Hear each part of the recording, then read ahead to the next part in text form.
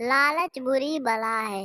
हम सभी लालची राजा मिदास की कहानी जानते हैं। उसके पास सोने की कमी नहीं थी, लेकिन सोना जितना बढ़ता वह और अधिक सोना चाहता। उसने सोने को खजाने में जमकर लिया था और हर रोज उसे गिना करता था। एक दिन जब वह सोना गिन रहा था तो एक अजनबी कहीं से आया और बोला, तुम मुझसे ऐसा कोई वरदान मांग सकते हो जो तुम्हें दुनिया में सबसे ज्यादा खुशी दे। राजा खुश हुआ और उसने कहा, मैं चाहता हूँ कि जिस चीज को छूऊं वह सोना बन जाए। अजनबी ने राजा से पूछा, क्या तुम सचमुच यही चाहते हो? राजा ने कहा, हाँ। तो अजनबी बोला, कल सूरज की पहली किरण के साथ ही तुम्हें किसी चीज को छूकर सोना बना देने की ताकत मिल जाएगी।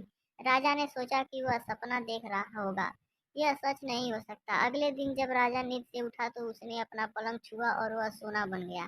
वह वरदान सच था। राजा ने जिस चीज को छुआ वह सोना बन गई। उन्होंने खिड़की के बाहर देखा और अपनी नन्ही बच्ची को खेलते पाया। उसने अपनी बिटिया को यह अजूबा दिखाना चाहा और सोचा कि वह खुश होगी।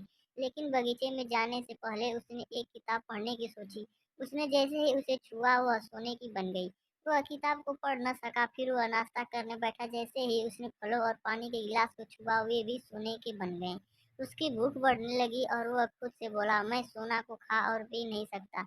ठीक उसी समय उसकी बेटी दौड़ती हुई वहां आई और उसने उसे बाहों में भर लिया। वह सोने की मूर्ति बन गई।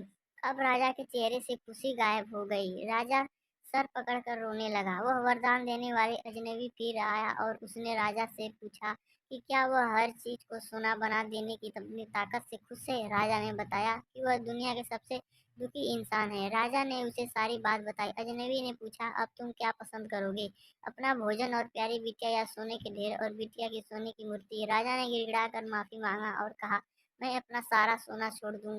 मेहरबानी करके मेरी बेटी मुझे लौटा दो, क्योंकि उसके बिना मेरी हर चीज मूल्यहीन हो गई। अजनबी ने राजा से कहा, तुम पहले से बुद्धिमान हो गए हो।